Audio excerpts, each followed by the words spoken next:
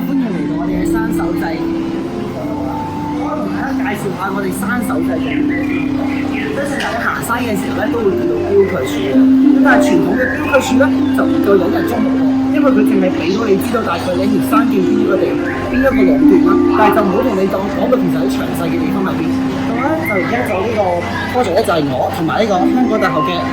Jeffrey 地理系嘅博士生 Jeffrey 咧，就 develop 咗呢個系統出嚟啦。咁呢個系統咧就令到我哋標距柱咧升級，令到大家可以喺標距柱上面撳個掣，一撳完個掣咧就可以見到呢一個畫面，睇到呢度嘅天氣啦、濕度啦、氣壓啦等等嘅資訊。咁啊令到可以提醒大家行山嘅時候咧，咁就要避免呢個中暑啦，用多啲水啦。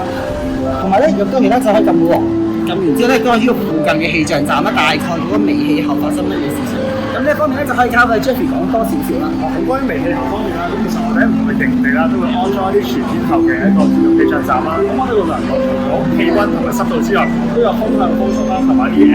PM2.5即係啲空氣污染嘅指數嘅。咁我哋希望可以喺唔同嘅交流點上面啦，都將我哋唔同嘅天氣資訊啦，同埋啲天氣嘅數據咧，都可以同大家分享嘅。咁呢個就係會喺個全嘅呢個月上面望到啦。除咗標距柱之外咧，咁其實我哋都會有其他嘅資訊睇到嘅，例如有啲教育嘅資訊啦。咁我哋都會想睇就係行山嘅時候，唔係淨係即係影相咁簡單，或者唔係淨係行路咁簡單嘅。咁我哋都會睇翻咧，就係喺唔同嘅地方，有啲特別嘅物種啦，或者特別嘅植物都可以睇到咧。咁我哋希望就係喺呢個嘅電子化嘅標距柱上面，都有相關嘅教育資訊，可以俾大家去一路行嘅時候一路學習啦。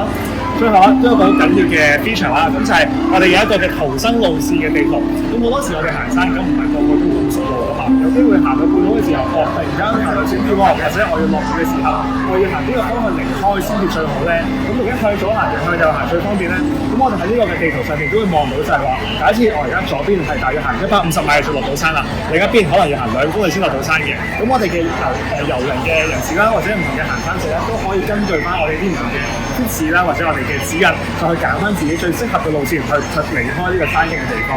咁整體而言咧，其實我哋都希望我哋呢一套嘅電子化標距柱係可以帶俾一啲登山人士更加好嘅體驗啦，同埋可以提升翻大家遠足嘅安全性嘅。所以我哋希望咧未來咧就會呢個山手祭咧，就希望可以未來香港嘅山野度會見到我哋啦。希望我哋呢個 project 咧由呢一個營地開始啊，由呢啲 NGO 嘅地方逐漸可以去到喺個山徑上面都見到啦，好。